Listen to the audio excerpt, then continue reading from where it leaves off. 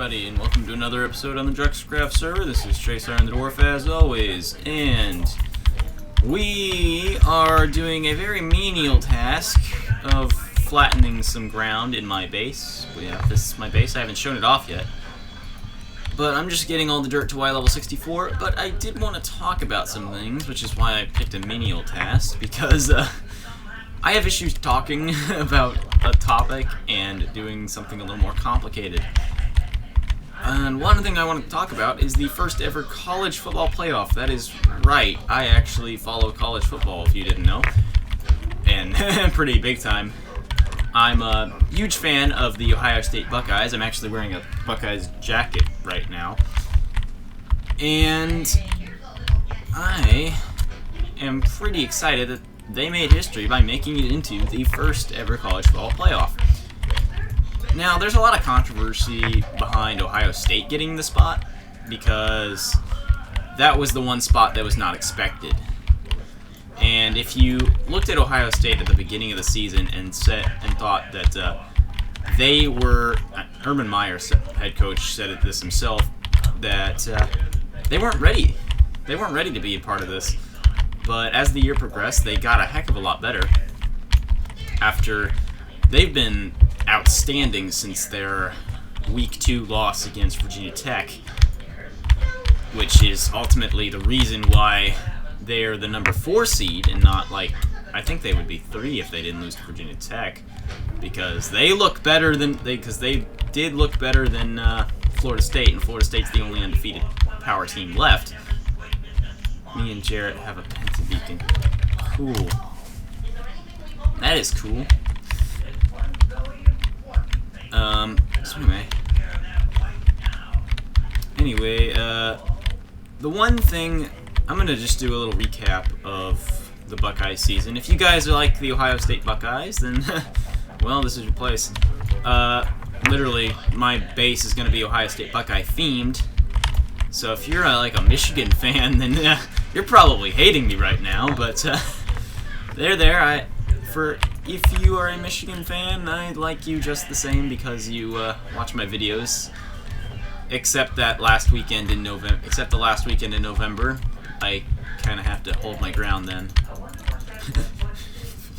It'd be kind of funny if anyone who's watching if you're a Michigan fan, just unsubscribe that one day and then come back. That'd be hilarious. Might freak me out a little because I forget I'd say that. That'd be hilarious nonetheless. But yeah, as I was saying, they are a part of history. And the one team, there are teams that could have been in it, but ultimately did not, which is, and if you're a person from Texas, this is probably not something you like hearing, but Baylor and TCU. Those are the two teams that almost took Ohio State's spot, and ultimately they didn't get in for a couple different reasons.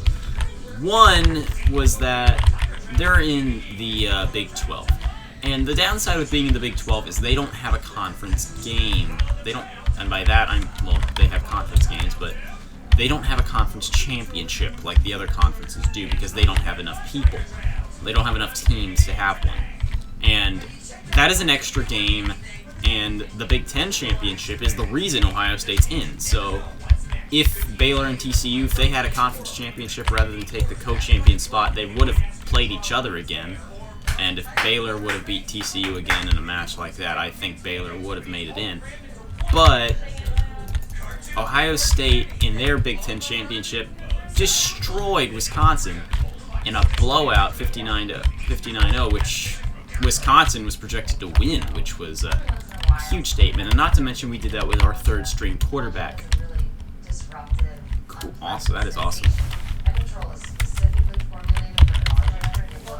We did that with our third-string quarterback, Cardale Jones, because I kind of find this funny that with all the records the Ohio State Buckeyes have set this year, I kind of find this one is not a good record by all means, but we lost 2 Heisman candidates in the same season. That is right. losing 2 Heisman candidates in the same season due to injuries. Because prior to the season, at practice, Braxton Miller re-injured his shoulder. He was supposedly going to be the top dog of the Ohio State Buckeyes like he was last year with Carlos Hyde, who has moved on to the NFL, by the way. But he got injured, and so J.T. Barrett took the stands and blew everyone away with his performance over the regular season, which was ultimately brought to an end due to a ankle fracture in the Michigan game at the end of the regular season. And I apologize if you hear background noise, and thank you, Mr. Creeper. You've actually helped me clear out land, because those blocks had to go. So I appreciate your service, society. I kind of want to take a little step back from directly talking about the Ohio State Buckeyes and how they've been doing, and I want to get to my point about how I think the playoff scenario is going to work out. These are my predictions. I'm going to try and get this video released before they actually happen, so that they're still predictions and not making me just look stupid. Because 9 chance out of 10, I could be wrong. Again, they are my predictions. This is all what I think is going to happen, which you never know. It can always change. So I've been talking a lot about the Buckeyes. Let's take a little step and look over at the Rose Bowl, which is going to be the number 2 seed Oregon versus the number 3 seed Florida State. Now, Florida State, I believe, is on a 29, correct me if I'm wrong, 29 win streak going into this. So, but in all honesty, I think this is going to be the game where that falls, where Florida State's, oh, I just broke my shovel. I think this is going to be the game where Florida State's streak comes to an end. And here is why. Oregon has been doing phenomenal this season. They do have one loss against, which, like Ohio State, I'm going to use them as an example, primarily due to injuries and trying to figure out how to put people where they need to be. I think Oregon was missing one of their offensive linemen or defensive linemen. One of the linemen was gone. He was a very important role, and his absence was primarily one of the reasons why they didn't do so well. Although Oregon's defense is not that great. Their offense, I believe, is ranked 3rd in the nation, but their defense is really not. So it will be a high-scoring game. I can tell you that right now. It will be a pretty good game, and it will be high-scoring, but I do not believe that the way Florida State has been performing, they've been performing great. I will give them that, but as good as they've been performing, the better offense with Marcus Mariota behind it is, I think, going to take it home. And then that leaves us with the Sugar Bowl down in New Orleans. I keep getting this shovel back out of a glitch, and I don't know why. I need to get a new one. I enchanted a bunch of books, by the way. Put this thing on it, but I kind of don't want to because all the stuff that's on it. I do need a new shovel, though. I might go enchant one off camera and come back, or I might just get my topic out of the way. Let's see. No, that didn't work. Well, I'm almost done with my topic anyway, and then we'll just close it out. And I'll do some of the more work off camera. But I think that, let's see, we got Alabama, the number 1 seed, versus the number 4 seed, Ohio State. And the reason Ohio State is not ranked higher than it is because of that Week 2 loss against Virginia Tech. But if you think about you really think about why they lost, they had pretty much all new offensive line with no experience. They're young. They were all young. It was a quarterback making his second college career start, and all that put together did not add up very well.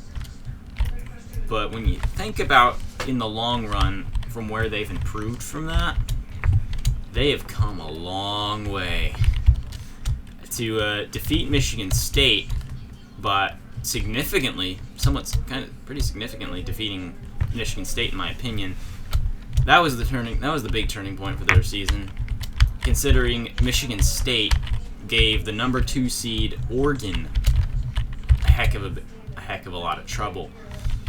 Oregon ended up pulling off the win in that game, but the scores compared to Oregon playing Michigan State and Ohio State playing Michigan State looked pretty similar. And Ohio State and Alabama, honestly, I'm going to give a biased opinion. My biased opinion says that I think Ohio State's going to win, but win or lose, I will tell you this, it will be a heck of a game. And I will definitely be tuning in to watch it. And win or lose, all I can say is this. The Ohio State Buckeyes will not go out without a fight. There's a mine shaft down there I haven't explored yet. But, yeah, they won't go out without a fight. And, personally, the way they performed at the Big Ten Championship, with starting quarterback Cardale Jones, who made his first career start in that game, wow. That's all I can say is wow. But do I believe Ohio State can beat the number 1 Alabama? Yeah, I really do. I believe they can do it. They have to play like they did in the Big Ten Championship. That is the way that they will win. I'm not saying that they're guaranteed going to win. I'm just saying their odds against Alabama are pretty good. Pretty even, I should say. So, the winner of that game will more than likely go on to play Oregon, because Oregon versus Florida State, I gotta give it to Oregon. Sorry, Florida State fans, but yeah. And I also feel like I should add to the fact that with the whole everyone predicting Alabama to beat Ohio State, here's the thing though, they predicted Wisconsin to beat Ohio State. So when you think about that, they predicted Wisconsin to beat Ohio State, and Ohio State shut out Wisconsin 59-0. So let's put that into perspective. And here's one more advantage we've got against Alabama. When it comes to film to study the other team, we have one game worth of film that you can watch Cardale Jones. One game. That's it. But when it comes to Alabama, we have their whole season to pick and choose from. So, personally, I think that is an advantage when it comes to studying the other team and how they play. But that's all I'd like to say for now. If you want to tune in to the game, it will be on ESPN. For the college football playoffs on New Year's Day. ESPN's lineup starts at 12:30, I want to say, with Michigan State taking on Baylor, which is another game I'm going to be tuning into because, again, bringing me back to my other point about Baylor fans being upset that they didn't make it in, I'm interested. I think the Michigan State Spartans can beat Baylor. So if Michigan State wins, I think that'll shut them up. And if not, well, better luck next year.